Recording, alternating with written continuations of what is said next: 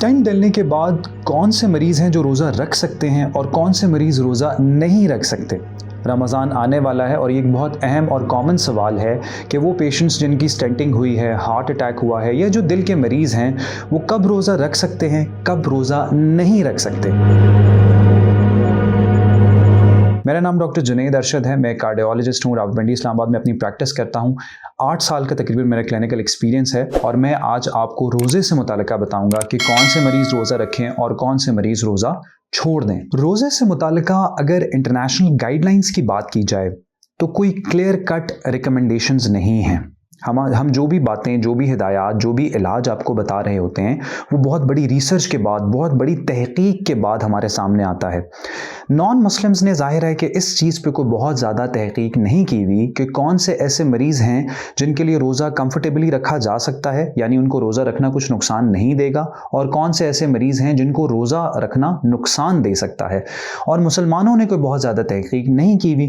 तो जो भी डॉक्टर आपको इसमें अपनी राय दे रहे हैं वो अपने तजर्बे की बुनियाद पे दे रहे हैं, जो कॉमन सेंस है, रूटीन ऑब्जर्वेशन है, उसकी बेस पे दे रहे हैं। इसमें बहुत ज़्यादा हमारे पास एविडेंस नहीं है। तो मैंने जो इस पे थोड़ी बहुत तहकीक की, मेरा जो नॉलेज है उसके मुताबिक मैं आपको कुछ मोटी मोटी बातें, मोटे मोटे उसूल बता देता हूँ।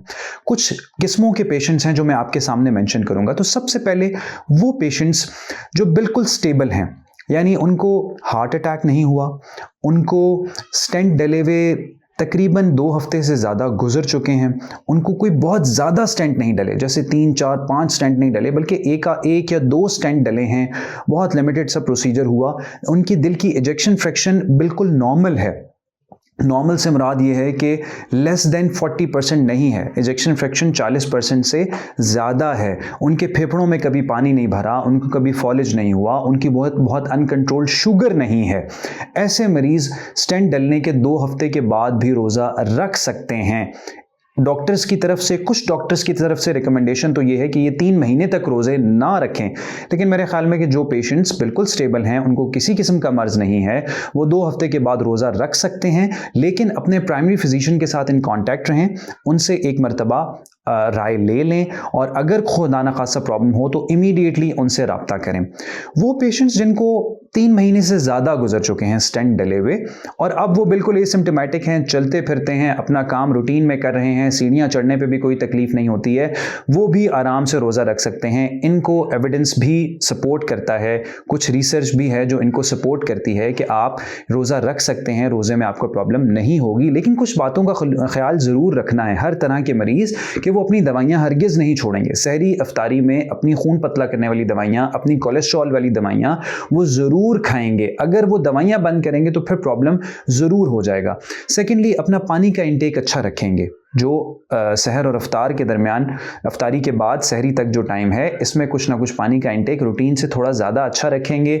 रमज़ान में रोज़े के दौरान बहुत ज़्यादा मुशक्क़त, एक्सर्शन वाला काम, या वो पेशेंट्स जो बहुत ज़्यादा गर्मी के मौसम में रहते हैं वो गर्मी को अवॉइड करेंगे, अपने काम को अवॉइड करेंगे अगर मुमकिन हो। क्योंकि इसमें जो एक हाइपोथेसिस है, एक गुमान किया जाता है, वो ये है कि गर्मी की वजह से रोज़े के दौरान जब पानी नहीं पिएंगे, डिहाइड्रेशन की वजह से ब्लड थिक हो जाता है, और वो ब्लड थिक होना फिर स्टेंट बंद होने की वजह बन सकता है। लेकिन ये एक बहुत ही वीक सी एविडेंस है, बहुत ही वीक रिस्क फैक्टर्स हैं। जब बहुत ज़्यादा हम स्ट्रॉन्ग खून पतला करने वाली दवाइयाँ दे रहे हों तो इसका एविडेंस कम होता है। इसके बाद वो पेशेंट्स आ जाते हैं जिनका दिल कमज़ोर है, जिनके दिल की इजेक्शन फ्रैक्शन 40% से कम है। इनको चाहे स्टेंट डले हुए कितना ही अरसा क्यों नहीं हो गया, ये रमज़ान से पहले एक मरतबा अपने प्राइमरी फिजिशियन को, अपने कार्डियोलॉजिस्ट को ज़रूर कंसल्ट करें, जो उस वक्त आपका स्टेटस असेस करेंगे, आपकी बीमारी की नौयत और करंट स्टेटस असेस करेंगे कि आपके जिस्म में बार बार पानी भर तो नहीं रहा है, उसके लिए आप बार बार अस्पताल दाखिल तो नहीं हो रहे हैं, आपका चलना फिरना कैसा है, आप कितनी एक्सर्शन कर सकते हैं बग़ैर किसी सिम्टम्स के, बग़ैर अलामात आए, आप कितना चल फिर सकते हैं, सीढ़ियाँ चढ़ सकते हैं। उन बेसिस पे वो आपको रोज़ा रखने की इजाज़त देंगे या नहीं देंगे, डिनाई करेंगे या इजाज़त देंगे, ये दोनों इस सूरत में होगा। तो वो लोग जिनका दिल कमज़ोर है वो अपने डॉक्टर को ज़रूर दिखाएं। अच्छा, वो पेशेंट्स जिनका कॉम्प्लेक्स प्रोसीजर हुआ है, दिल की शरीयानों में बहुत शदीद बीमारी थी, बाईपास एडवाइस हुआ था, समहाउ वो नहीं करवा सके और फिर उसका मुतबादिल स्टेंटिंग करवानी पड़ी, दिल की शरीयानों में कैल्शियम था, 5-6 स्टेंट डल गए, लंबे लंबे प्रोसीजर हुए। ऐसे मरीज़ों के लिए बेहतर होगा कि अगर 6 महीने के अंदर अंदर प्रोसीजर हुआ है तो वो रोज़े को अवॉइड करें, क्योंकि शायद ये उनके लिए मसला प्लस माइनस है। 100% में शोर्टी से नहीं ये बात कह सकता, प्लस माइनस है कि शायद इस टाइम पे रोज़ा रखना और डिहाइड्रेशन इनको नुकसान दे सके। तो ऐसे में ये अपने प्राइमरी फिजिशियन को, डॉक्टर को ज़रूर कंसल्ट करेंगे।